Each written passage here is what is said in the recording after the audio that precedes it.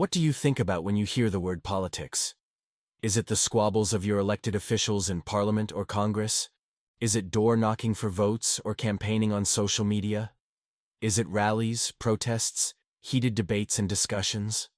For many, politics is probably something that they try to avoid as much as possible.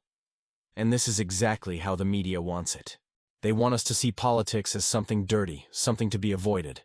But we must remember that politics isn't just what happens in Parliament. In fact, politics happens everywhere. It happens in every sphere of our lives. And the fact that you're watching this video right now, that in itself is political. Why? Because the decisions that got you here, the decisions on which channel you get your news from, the decisions on what you watch and when you watch it, all of these are political decisions. Every second that you spend consuming any form of media, you are engaging in politics. You might think that you're not interested in politics, but trust me, politics is interested in you. The decisions that are made today will impact you tomorrow, whether you like it or not. So it is important that we understand how the media influences our ideas about politics. After all, what we think about politics depends largely on how the media chooses to frame it. And the media has a choice, an editorial choice. Take this ongoing farmers' protest in India, for instance. It's been going on for over a year now. Initially, the protests were widely covered by almost all news outlets. But slowly and steadily, the coverage began to decline. And now the protests hardly make it to the headlines anymore.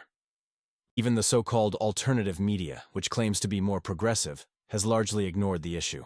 What explains this blackout? You could argue that the protests have lost steam, or that the media has moved on to other issues. But there's another explanation, and that is that the media has a vested interest in not upsetting the apple cart.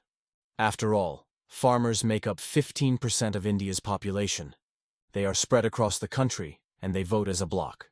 Imagine the electoral impact of 15 crore voters. Any politician worth his salt would not want to lose their vote.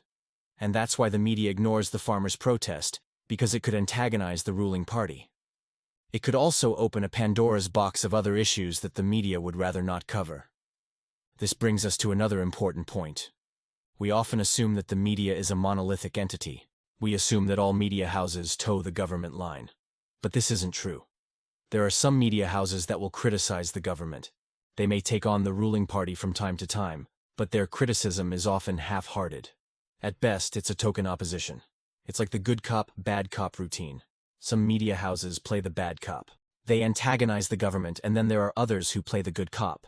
They pretend to criticize the government, but they don't really mean it.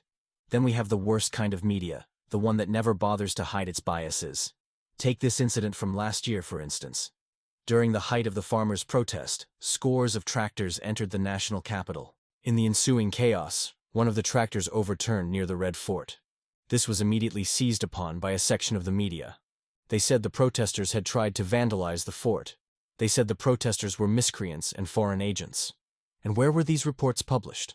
In the most widely circulated English daily in India. Take a look at the headlines. Red Fort Incident. Tractor Vandalism Bid. That was the first story on the front page. Look at the language they used.